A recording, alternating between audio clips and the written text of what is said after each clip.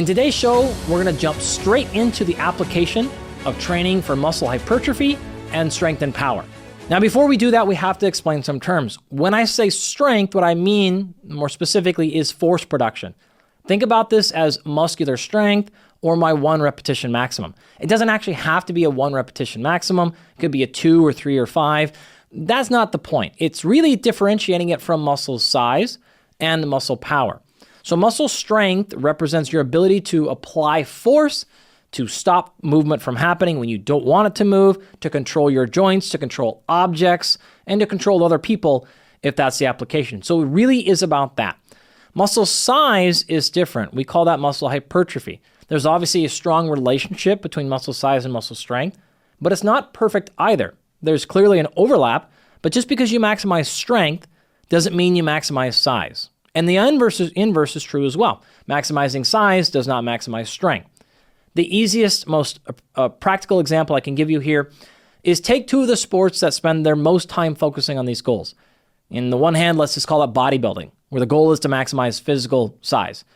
And we'll contrast that to the sport of powerlifting. Now, that may sound a little bit confusing, but trust me on the terminology here. Powerlifting is a sport in which they test maximal strength, okay? Now, in the sake of a bodybuilder, whether you're male or female, it doesn't matter. If you're increasing muscle size and your goal is to optimize for that specific outcome, almost surely you're going to get stronger. Early in the training, medium in the training, probably several years into your training, you're going to be getting a lot stronger. There's no question. But you're not going to be maximizing your strength. If we were to look at the power lifter, you'd see a similar thing. Oftentimes they put on muscle along their training journey, but they're maximizing and trying to peak for physical strength.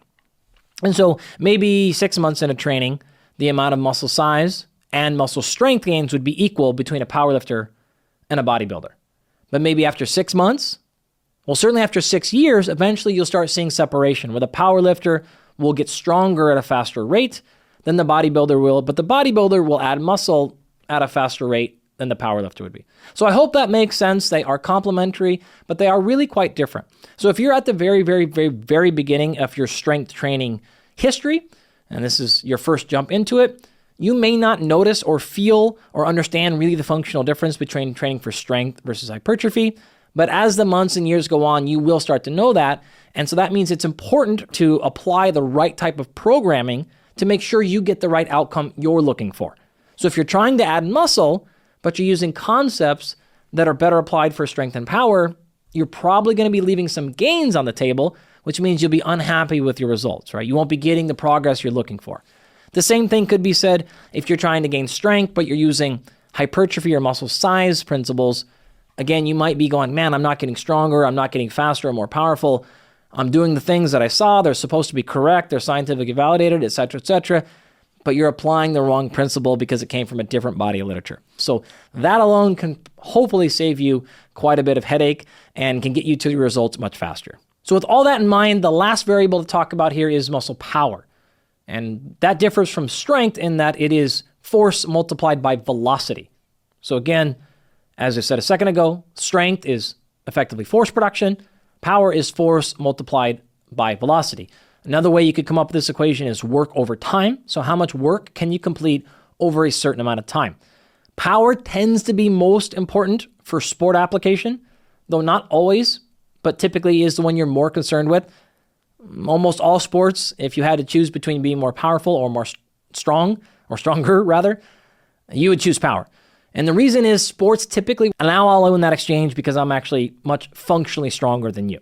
In fact, if you were to dive into this a little bit more deeply, you'll realize that actually power is simply force times velocity. So if I know how much force you can produce, now I need to know your velocity. I can generate what's called a force velocity curve, such that where on that curve of if it's too heavy and I slow down, that's not a lot of power. But if it's really, really, really fast, but that means I have to go to a lightweight, it's not a lot of power either. So some point on that curve, we get this peak power production where it's not too heavy, but it's not too slow, or it's not too fast and light either. That's really power. And so by enhancing velocity, I typically have the opportunity to enhance power. By enhancing force, I also have the opportunity to enhance power. And so almost all power programs will have a force component as well as a velocity component. And the program I'm going to go through here in a few short minutes will cover both aspects of that. And so again, to reiterate, that program is designed and built for both strength. Now, while I did just say this program is for athletes, I do want to make sure we are crystal clear here. This is not only for athletes. You've maybe heard me say this many, many times, but if you have a body, you're an athlete. We all have a need to have sufficient muscle mass. We all have a need to be powerful and to be strong. Whether you want to use those skills and abilities and talents to be better at a sport or to be better at life, I don't care. But we're going to have a hard time being successful in life if we have insufficient muscle strength and power. Your skeletal muscle is one of the most important organs in your entire body. It's the largest organ, which means it's responsible for a whole host of things. First and foremost, locomotion. It is the thing that gets you throughout this world. If you don't have muscle, or your muscle is not strong or powerful, and remember, while just because you have muscle doesn't mean you're strong or powerful, and just because you're strong and powerful doesn't mean you have a lot of muscle, but there is still a massive overlap. It is hard to be really, really, really strong and powerful with very little muscle. Take a look at any weight class-based sport. That's why they're there. Typically, as you add muscle, you also add peak and maximal strength. And so there's a relationship there.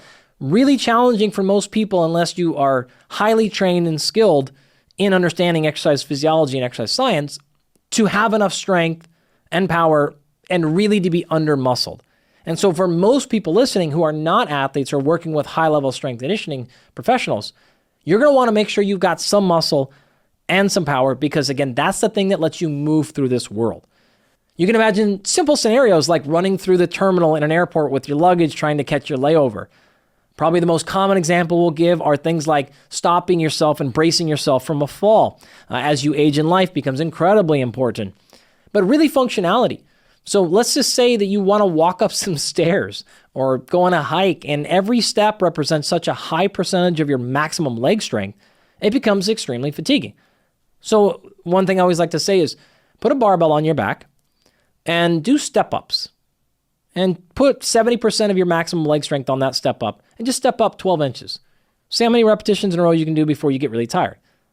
Well, if walking up a normal flight of stairs requires force production that is equivalent to 70 or 80% of your maximal leg strength, that's how you're going to feel every day. None of us want to be in that position. I don't need to really try to encourage you more to not want to be, specifically with your legs, to be weak. Upper body, excellent research on grip strength, being a strong predictor of overall longevity, brain health, wellness. I mean, you pick your metric here, but just some quick examples of why all of us really should be paying attention to having a sufficient amount as well as high quality and high functioning skeletal muscle.